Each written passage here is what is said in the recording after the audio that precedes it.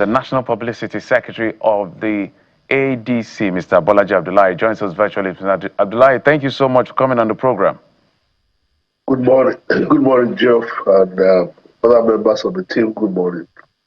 Yeah, well, I mean, congratulations. I know that because I can see, as at last night, INEC was very swift. So they've restored the name of David Mark and the rest of the NWC that are supposed to be on that portal. But like a lot of comments have come through that this is not Uhuru yet. Maybe you tell us what this means for the party and what the next line of action is, because you still have to go to the trial court and show cause why that injunction should not be granted. And then we can now start talking about the issue of the originating summons that was filed by Nafiu Gombe. Well, I mean, thank you very much. Like you said, many people have wondered why they're so excited, why they're celebrating when they still have to go to the High Court. But for us, it's quite significant because if you recall, all these crises, when we were at the High Court or in the courts, no one really knew what was going on about the parties because we were confident that the legal processes will play out. The real cog happened on April 1 when the INEC chairman decided to act on what he called the Court of Appeal order to remove David Marks and derecognize David Marks from relationship with INEC. That's what actually created the logjam. We have maintained from the one that action was illegal and was a criminal act because it was not directed by the Court of Appeal. So the significance of the Supreme Court ruling yesterday was to remove this encumbrance or to remove this foundation on which INEC carried out this illegal act of tampering with the leadership of the ADC. So that's quite significant for us.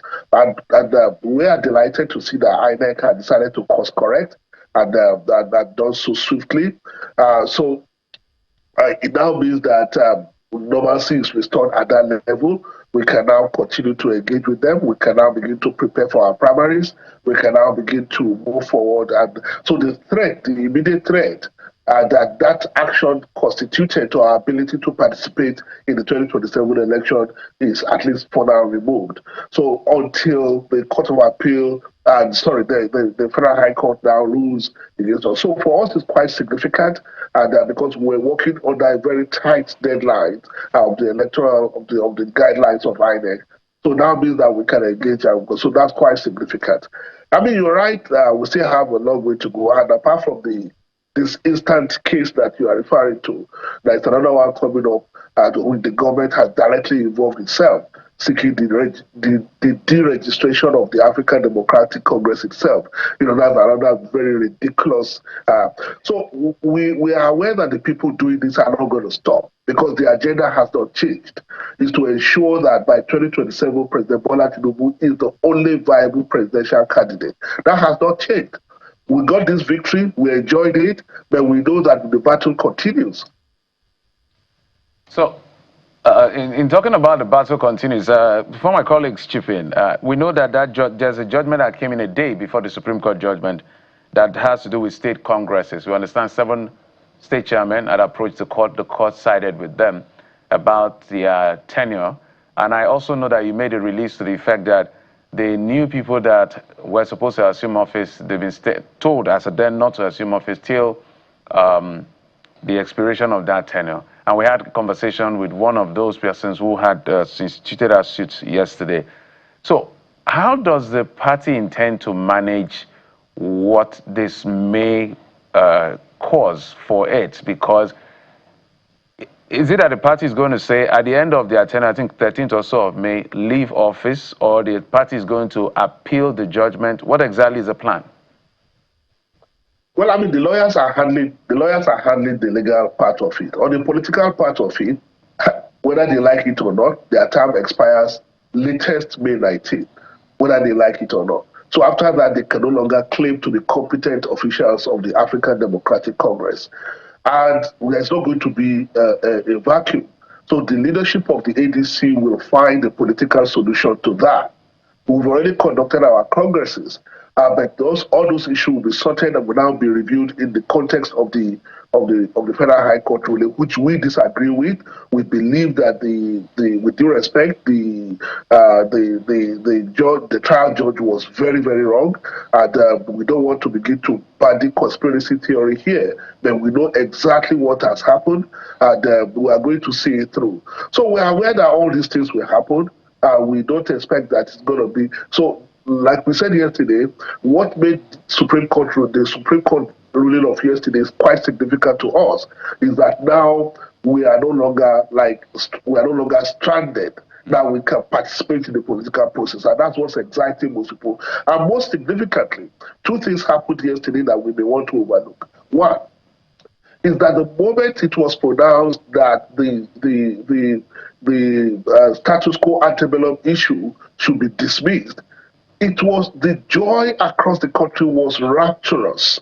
It's not just ADC members, because the country was waiting. After the Supreme Court, there's no next level. If it had gone contrary to what happened yesterday, only God knows what would have happened. So we are excited that, now at least we have a chance to save this country from a crisis that was building up.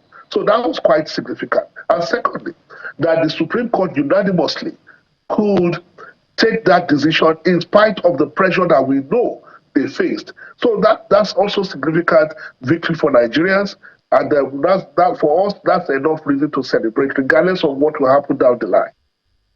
So there are different ways to interpret this, as we see ADC members rejoicing there at the Supreme Court. You forgive me, sometimes you just mix these things up.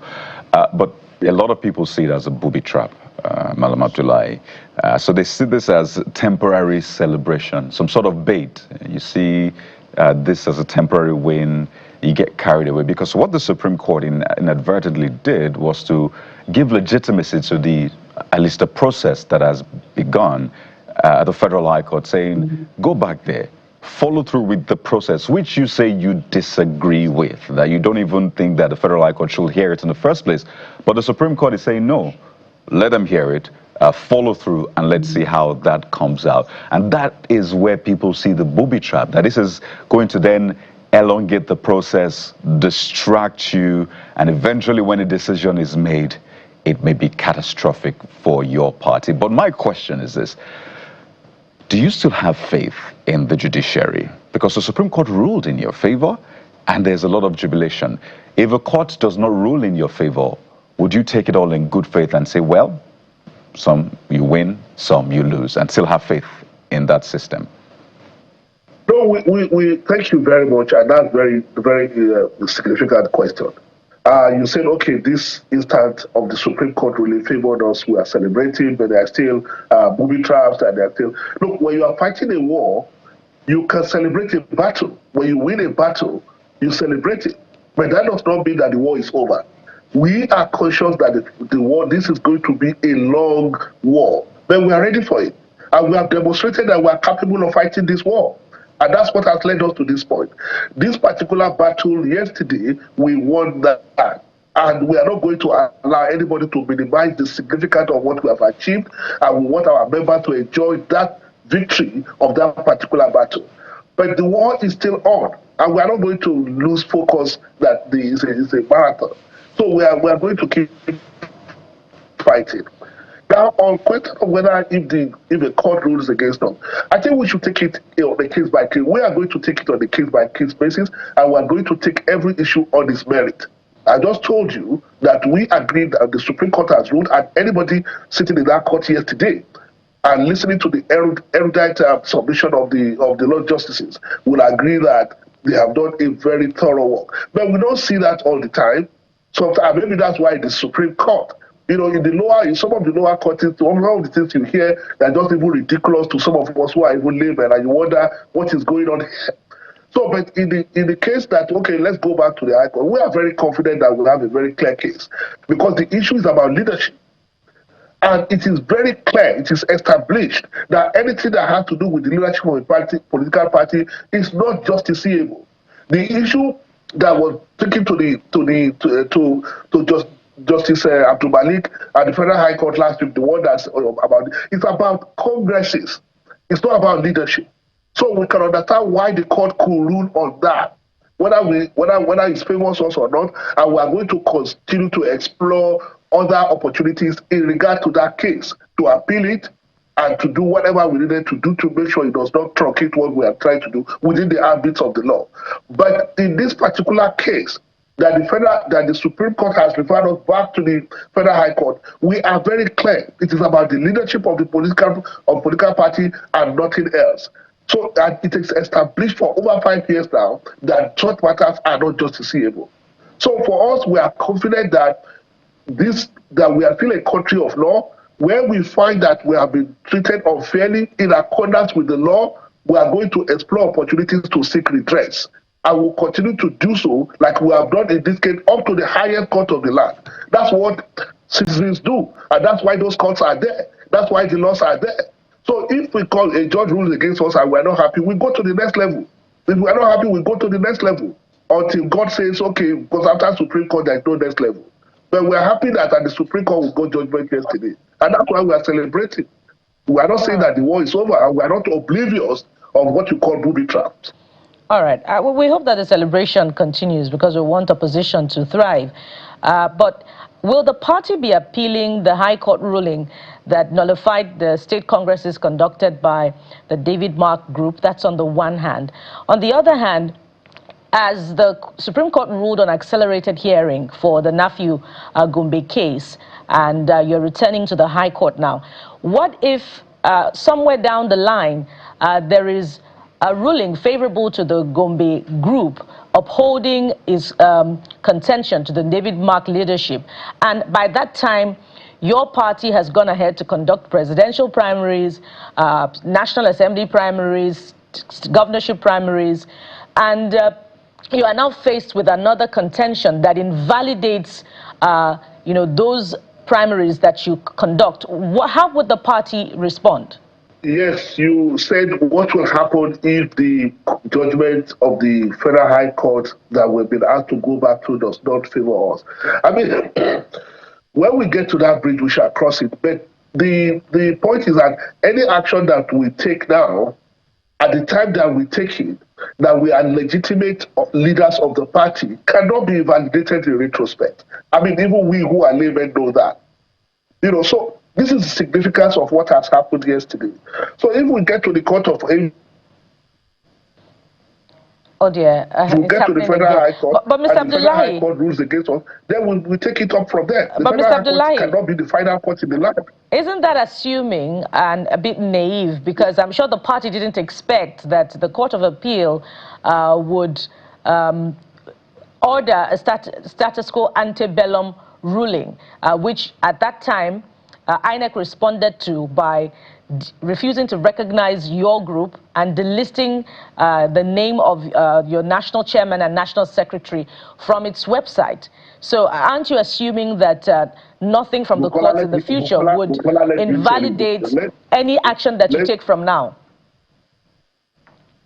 Let me tell you, we are aware of this and we are ready. There are a lot of things we cannot be discussing on public television. We know the people we are dealing with and we are ready for them. When we say that we are defending multi-party democracy in this country, let Nigeria arrive at 2027 and let Nigerians decide who they want to vote for. But to leave them in a situation where they have no alternative is what we are fighting against. If we get to 2027, you beat us in the election, good luck to you. It's our country. But that you would deny Nigerians opportunity when they will have no choice but to vote for only you, it will not happen in the Federal Republic of Nigeria. This is not some banana republic. And that's what we are fighting. And we know what they are capable of doing, and we are ready for them. And I'm sure they are seeing the handwriting on the wall. If they thought that this would be easy, then by now they should be having a rethink. Mr. Abdullahi, we understand you have a busy schedule, so we'll let you go. I think for us journalists, we stand with multi-party democracy. We want everybody to thrive, ruling and opposition. We don't want a logjam in this situation. So wish you the best, wish your party the very best. The murky waters are still way ahead, and we see how that plays out in the coming days. Mr. Bolaji Abdullahi is the National Publicity Secretary of the African Democratic Congress. Thank you, sir, for coming on the program. Thank you very much. My pleasure always. Thank you.